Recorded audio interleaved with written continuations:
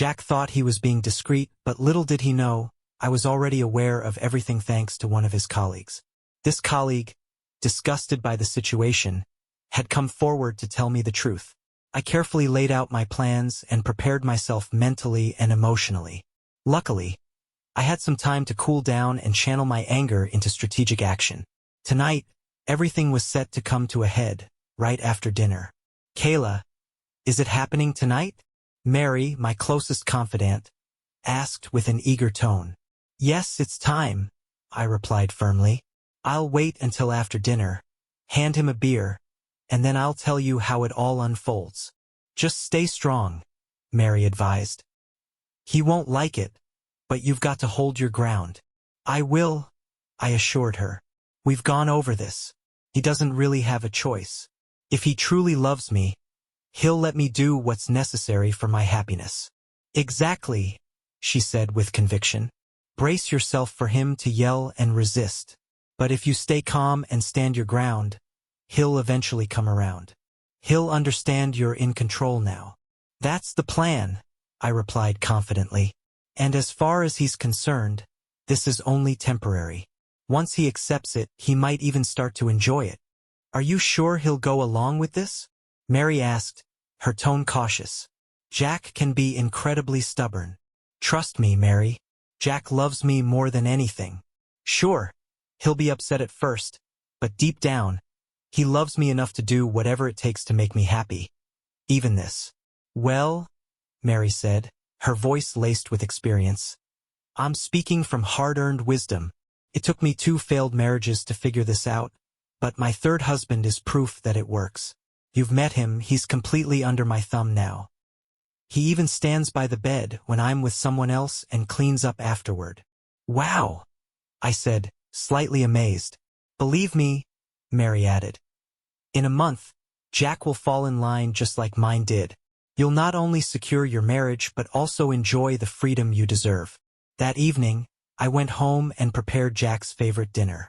When he arrived, he greeted me warmly as always, with an "I love you" and a kiss on the cheek. Even though I had gone over everything in my head, I couldn't shake my nervousness. This was going to be a significant turning point in our marriage, but I knew it was worth the risk. Mary had been telling me about her feminine marriage ministry for months, and I had seen firsthand how it transformed her relationship. Her husband seemed genuinely content with the changes. I believed Jack would come to appreciate it, too. At dinner, the atmosphere was lighthearted as we shared stories from our day and discussed the latest news. It felt like any other evening, comfortable and ordinary. Afterward, I insisted Jack relax with a beer while I handled the cleanup. He offered to help, but I reassured him that it was no trouble at all. Once the dishes were done and the kitchen was tidy, I poured myself a glass of wine and steeled myself for the conversation ahead. I found Jack in the living room, flipping through the paper, and took a deep breath. "Jack, honey, we need to talk," I began softly. "Sure, sweetheart. What's on your mind?" he replied, his voice calm and curious. "Okay," I said, steadying myself. "This might be hard for you to accept at first, but it's something I really need to do. And it's only temporary, I promise." "All right," he said, his expression open. "If it's that important to you, I'll do my best to understand." "What is it?" So far, his reaction was surprisingly calm, which gave me the confidence to continue. "Jack, we've talked about having kids, and I'm almost ready. But before we take that step, there are a few things I need to figure out for myself." "That's fine, Kayla," he said, nodding. "What do you need to do?" I hesitated for a moment, then plunged ahead. "Well, Jack, I need to explore some things before I fully settle into motherhood. It's just for a short time, and afterward, I'll be the best wife and mom you could ever hope for." To my surprise, he stayed composed. "That's reasonable, I guess. How do you plan to go about it?" "I'll be seeing other men for a while," I admitted carefully. "It's not about love, it's just physical. You're the one I love, and that will never change. This is just something I need to do to clear my head and feel ready for the next chapter in our lives." Jack's jaw tightened, but he didn't raise his voice. "Kayla, it sounds like you've already made up your mind, so there's no point in me arguing. I'll just say for the record that I don't agree with this, but I won't stop you. Meet you at the club, okay? Bye-bye. I chirped into the phone before hanging up. Later that evening, I noticed Jack had made considerable progress packing up his belongings from our bedroom. Honestly, I couldn't understand why he bothered putting everything into boxes when he could have just carried armloads down the hall to the spare room. But he explained that boxing everything up would save him some trips and allow him to sort through his stuff, leaving behind anything unnecessary. It sounded logical, but I didn't give it much thought. I was too focused on getting ready. At one point, he complimented how seductive I looked in my lingerie. A garter belt, stockings, and a pair of 5-inch heels. Strangely, he had no reaction when I put on the little red cocktail dress I'd bought for our 5th anniversary. That was the only time I'd worn it, but I knew I looked stunning in it. As I grabbed my clutch, I let Jack know I was heading out and likely wouldn't be back until around 1 a.m. I also mentioned, somewhat casually, that he shouldn't wait up for me since I might not return alone. He gave me a calm assurance not to worry, stating that by the time I got back, he'd have moved out completely. He closed the final box with an air of finality as I walked out the door. Despite his calm demeanor, a faint uneasiness lingered in me as I left. I couldn't quite pinpoint the source, but I pushed the feeling aside, focusing instead on the excitement of the night ahead. At the club, I quickly found Mary and met up with Larry and Josh, 2 account managers known around the office for their good looks and rumored assets. According to Mary and the other girls, they were incredibly well endowed and skilled at putting those attributes to good use. While Jack was decent in that department, the thought of experiencing someone with more to offer was intriguing, to say the least. As we sipped our drinks, Mary brought up Jack's move to the spare bedroom. I confirmed that he had finished packing and assured me he'd be fully moved out by the time I returned. Josh raised an eyebrow and asked, "Did he really say that?" "Yes," I replied, recalling his words. Everyone at the table burst into laughter at the remark. Larry joked that he'd been hoping to include Jack in some carnal arrangements, which prompted me to playfully suggest we could explore that idea later with some persuasion. Over the course of the evening, we danced and drank together, laughing and joking as the night unfolded. During the slower songs, I found myself in close embraces with both Larry and Josh. Their hands often lingered on my backside, and I couldn't help but notice how enthusiastic they were while we danced. At one point, Mary and I took a break and retreated to the ladies' room to strategize the rest of the night. A quick game of rock, paper, scissors decided who would go home with whom. I'd be taking Josh, while Mary would accompany Larry. When we arrived back at my house, the place was dark. I assumed Jack had gone to bed and felt relieved. There was no need for an audience. I led Josh down the hall to my bedroom, noting that Jack's belongings were gone. I briefly considered rewarding Jack's cooperation with a small gesture, maybe even a hand job, but quickly pushed the thought aside. There were more pressing matters to attend to. Josh and I wasted no time undressing. He requested that I keep on my garter belt and stockings, which I obliged. My thong had gone missing earlier in the evening. Either Larry or Josh had it. But it didn't matter. I could always buy more. For the next 2 hours, we indulged in pure bliss. We explored several positions, switching things up to keep the energy alive. By the end, we were both spent but deeply satisfied. A quick shower together rounded out the night before we collapsed into bed. The next morning, after another round of intimacy in the shower, Josh mentioned he needed to leave to get back to his wife and kids. I threw on a robe and went to make some coffee, only to find that Jack hadn't brewed any. It was already past 9 a.m., and he was usually up by now. Frustrated, I made a mental note to discuss this with him later. Would it really kill him to make coffee and breakfast, especially after the night I'd had? Any thought of rewarding him for moving into the spare room quickly evaporated. After finishing a bagel, I took a long shower to ease my sore muscles. With no plans for the day, I opted for comfort. An old pair of shorts and a t-shirt, with simple undergarments to match. Just as I finished tying my hair into a ponytail, the phone rang. "Hey, girlfriend," Mary greeted cheerfully. "Hey you," I replied, still feeling a little groggy. "So, how was Josh last night?" she asked. her voice filled with curiosity. Exactly what I expected. Amazing, I said with a grin. But speaking of men, I haven't seen Jack yet this morning. He's still asleep, and I'm annoyed he didn't make me coffee or breakfast. Well, Mary said thoughtfully, make sure he knows how disappointed you are. And remember, keep being firm with him, but reward him for good behavior. That way, he'll stay motivated to do what you want. Good point, I agreed. Actually, I'm starting to get irritated. Hold on. I'm going to wake him up. I stormed down the hall and pounded on the spare bedroom door, calling Jack's name. No response. I tried again, louder this time, but still nothing. Finally, I turned the doorknob and pushed the door open. Oh crap, I gasped. What's wrong? Mary's voice came through the phone. He's not here, I said, panic setting in. His clothes are gone. And so are his tools. It hit me like a freight train. Jack hadn't moved into the spare bedroom. He had moved out of the entire house.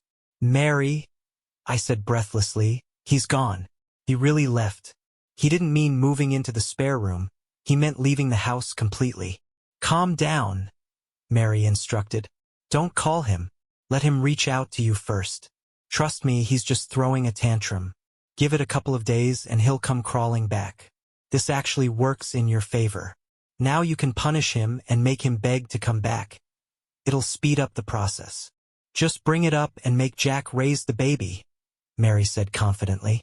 Are you sure about that? I asked, still hesitant. Of course I'm sure. Look at everything my husband does for me. I sighed, conceding for the moment. I have to admit, you've been right so far. Obviously, she replied with a smirk.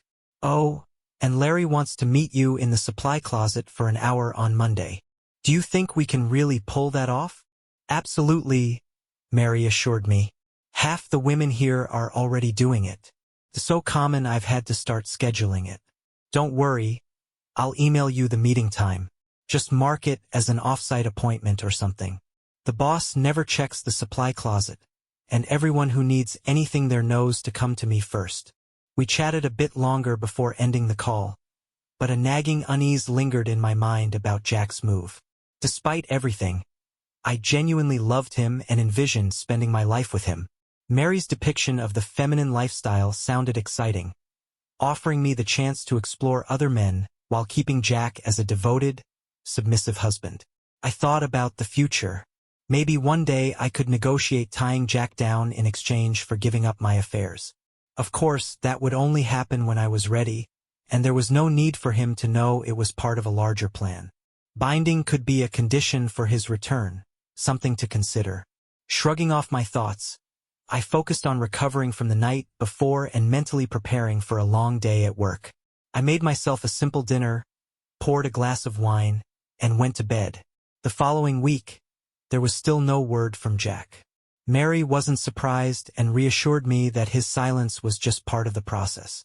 She insisted it worked in my favor, as the longer he stayed away, the more conditions I could set for his return. Meanwhile, my workweek was filled with encounters in the supply room. Larry, Josh, and even a few new faces kept things exciting. On Friday morning, we had a quick chat by the coffee machine. Mary, Josh, Larry, and I laughed and joked as usual. Then, out of nowhere, a professionally dressed woman approached us. Are you Kayla Adams, Mary Morgan, Josh Johnson, and Larry Jones? She asked, looking at each of us in turn. When we nodded, she handed each of us an envelope and snapped a quick photo with a small digital camera. You've been served, she said sweetly, before turning toward the boss's office. I called after her, confused. What is this about? She paused and, with a sugary southern accent, replied, Oh, it's just a joke. I was paid to hand these out. Don't worry about it. She entered the boss's office without knocking, stayed less than a minute, and then cheerfully exited the building, wishing us all a good day. Curiosity turned to dread as we opened the envelopes. Divorce papers. The reason. Spousal cheating. I felt frozen, unable to process the shock. Josh and Larry's phones rang almost immediately, their wives on the other end, furious. Both men exchanged panicked looks as they whispered about their wives tossing out their belongings and threatening divorce. Before we could recover, the boss's angry voice boomed from his office. Adams, Morgan, Johnson, Jones, in my office. Now. Heads down, we shuffled past him into the office, the door slamming behind us. The air was thick with tension as he glared at us, waving a manila envelope in his hand. What the hell were you all thinking? He demanded, his tone scathing. This is beyond bad. Do you even realize the situation you've put this company in? None of us dared to respond. The company is facing a lawsuit, he continued, his voice dripping with disgust. Because of your disgusting behavior, it seems some of you thought the supply room was a personal playground. And Mrs. Morgan, you've essentially turned it into a brothel. My stomach dropped as he slammed the envelope onto his desk. Let me make this clear. The court order prevents me from firing you until this case is resolved. But don't think for a second that means you're off the hook. Get out of my office. Now. We left without a word, feeling the weight of his disgust as we walked back to our desks. My job, once a comfortable routine, had suddenly become a daily struggle. When I had a chance to examine the divorce papers more closely, my shock deepened. The evidence against me was overwhelming. Photos, videos, audio recordings, even notarized statements. I couldn't believe how thorough Jack had been. Then, an email from the boss hit the entire company inbox. It outlined new policies, including mandatory moral code training, security monitoring of secluded areas, and stricter rules about employee interactions. The supply room was officially off-limits unless accompanied by a security escort. Minutes later, my inbox exploded with hate mail from coworkers furious about the new policies. I felt the hostility everywhere I went, including the bar where I met up with Mary, Larry, and Josh after work. Why do you think Jack included that court order? I asked, frustrated. Josh shrugged. He's not trying to minimize damage, he wants to maximize it. He's making sure you feel the full weight of what's happened. Why? I pressed. Josh gave a bitter laugh. It's about alimony. If you lose your job or your income, he might have to pay up. But if you stay employed, the judge is less likely to award you anything. Larry cautioned us against quitting, pointing out the risk of not finding another job if we were laid off. He mentioned that staying employed could potentially prevent a sympathetic judge from awarding alimony, and the advice was clear: hold on to the job until the divorce was finalized. Imagine this, Larry mused. If all four of us got laid off after the divorce, there'd be no alimony, no job, nothing. Josh frowned, shaking his head. If it comes to that, I'd resign on Monday. Larry chuckled darkly. Spoken like a true genius, he said, adding sarcastically. But resigning voluntarily, especially after filing for divorce, could make a judge think you're trying to manipulate the system, could backfire. He explained that quitting could look like an intentional move to seek financial support from an ex-spouse, which might not sit well with a judge. The consensus was to stay employed and save as much as possible. Josh turned to me, his face clouded with concern. Kayla, what about you and me? Our situations are worse. We've got kids in the mix. Alimony and child support aren't just about what's fair. They're based on income at the time of the divorce. If we're laid off, things could get even messier. The weight of his words hit me. The whole situation felt like it was spiraling out of control. For the first time, I seriously considered reaching out to Jack to try and resolve things. No matter what happened with my friends, the thought of losing my husband was unbearable. In a moment of self-reflection, I questioned my decisions. Had I really been willing to risk my marriage for temporary thrills? If saving my relationship meant prioritizing Jack over my friendships, I knew what I had to do. I grabbed my phone and dialed Jack's number, but was met with a message stating my calls were blocked. Frustrated, I turned to Mary and explained the situation. She handed me her phone, but the same message came through when I called him using her number. Try Larry's phone, Mary suggested. I hesitated, considering the implications of contacting Jack from Larry's number. I'm not sure if that's a good idea, I admitted. It was becoming clear that Jack had blocked every line of communication I might use: home, work, even mutual friends. A growing sense of panic began to take hold. Determined to find him, I decided to search in person. The urgency to fix things outweighed any embarrassment or societal expectations. Just that morning, I'd been thinking about making Jack beg to come home. Now, the roles had reversed, and I wasn't even sure how to begin fixing what I'd broken. I scrolled through my contacts, hoping one of Jack's friends might know where he was. Unfortunately, the few mutual friends who still talked to me had no information. The ones who now hated me seemed to know something but refused to share it. When I asked if they'd at least pass along a message, I was met with mocking laughter. By the time I finished my last call and downed my fourth drink, I felt utterly defeated. Josh, in what he probably thought was a stroke of genius, suggested, "Hey, since our lives are already a mess, why don't we all go to Kayla's and spend the night as a foursome? We've already crossed that line, so why not take it further?" I stared at him, dumbfounded. Maybe it was the drinks talking, but his logic sounded absurd. "No," I said firmly, my tone polite but final. "I still have a sliver of hope for Jack and me. That would destroy it completely." I glanced at Mary. "Why don't you take them home instead?" Determined to locate Jack, I spent my weekend driving through motel parking lots, searching for his truck. I circled his friends' neighborhoods at random times, hoping to spot him. At one point, I even tried following his best friend, praying he'd lead me to Jack. It was all futile. By Monday morning, I decided to camp across the street from Jack's workplace. I waited as employees filtered in, but Jack never showed. Even though I was late for work, I stayed another hour, just in case. Nothing. "Screw it," I muttered, deciding to go inside.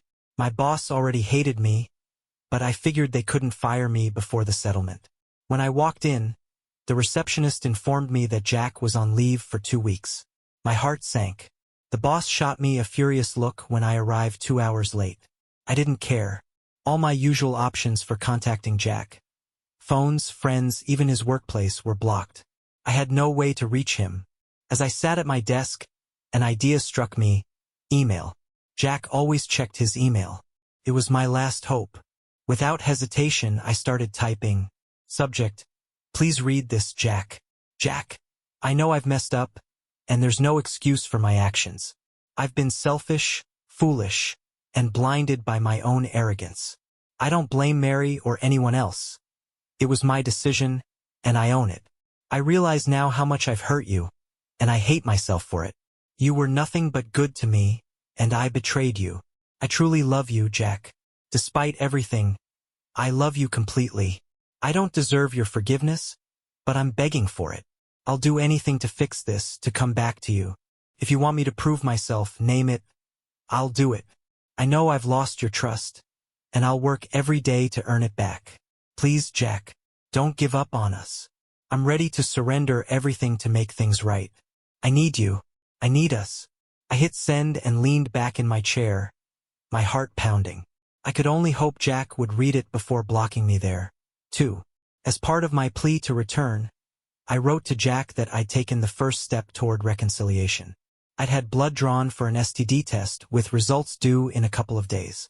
I asked him where to send the results, promising to forward them immediately. "Jack," I wrote, "no matter what happens, you're the best person I've ever known. You've never intentionally hurt me, and even though I probably deserve it, I accept any consequences you decide on. I'm not asking you to forget or even trust me again. Not yet. I'm just asking for the chance to prove myself, to be yours in whatever way you choose. If it means agreeing to a divorce or even watching you with other women, I'll accept it. Do I pray it doesn't come to that? Of course. But I know it's not my decision. I betrayed you, and I understand you might want to even the score. As for Mary, Larry, Josh, and the lawsuit against my company, I take full responsibility for my actions. Mary manipulated me into this plan, and Josh and Larry took advantage of the situation, but I made my own choices. I'll help you deal with them if that's what you want. From now on, I'm your willing servant in every sense of the word. Yours forever, Kayla." To my surprise, Jack didn't block my email. Even more astonishing, he actually read it. However, he made it clear he wasn't about to take my words at face value. After all, I'd already broken the biggest promise I'd ever made. The vow to leave everyone else behind for him. If I could betray that, why would he believe any new promises I made? All I could do was prove my sincerity one action at a time. 2 years have passed since I sent that email. A lot has changed. Josh and Larry faced long, messy divorces. All 4 of us were fired the day after the lawsuit against our company was settled. Josh and Larry eventually found lower-paying jobs and moved into a cramped apartment in a rough neighborhood. Their ex-wives cut off contact, and their kids turned against them. Both women have since remarried and seem happier now. As for me, I faced a reckoning of my own. I knelt by Jack's bed, undressed and wearing a chastity belt, submitting to what had become my penance. This was part of the agreement, Jack's way of testing my commitment. He needed to see if I would honor my words, no matter how humiliating or difficult. It wasn't easy.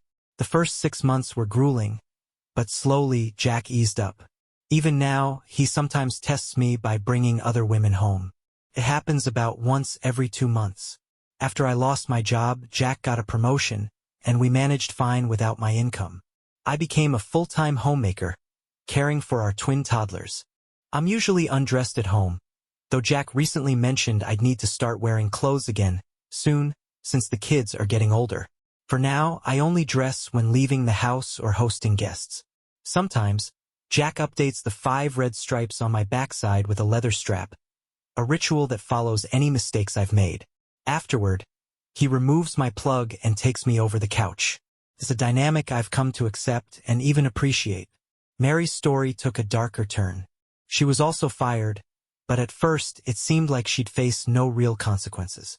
Her husband, Harold, appeared submissive, and I assumed she'd bounce back quickly. But Harold wasn't the pushover everyone thought. Quietly, he gathered evidence of Mary's actions and unleashed his fury. After putting her through months of emotional turmoil, he served her with divorce papers. While she thought she'd come out ahead, Harold had been liquidating their assets and safeguarding the money. He gave her the house but refinanced it, taking all the equity with him before disappearing. Mary ended up losing the house and the money. She found another job, but it paid half her previous salary. With her reputation tarnished, she hasn't dated since. As for me, I know some might find my situation ridiculous or deserved, but I thank God every day that Jack didn't leave me stranded. Yes, he disciplines and humiliates me, but he also loves me. Despite the other women, he never excludes me. Jack even showed me divorce papers once, offering me a fair settlement if I wanted to leave. I declined.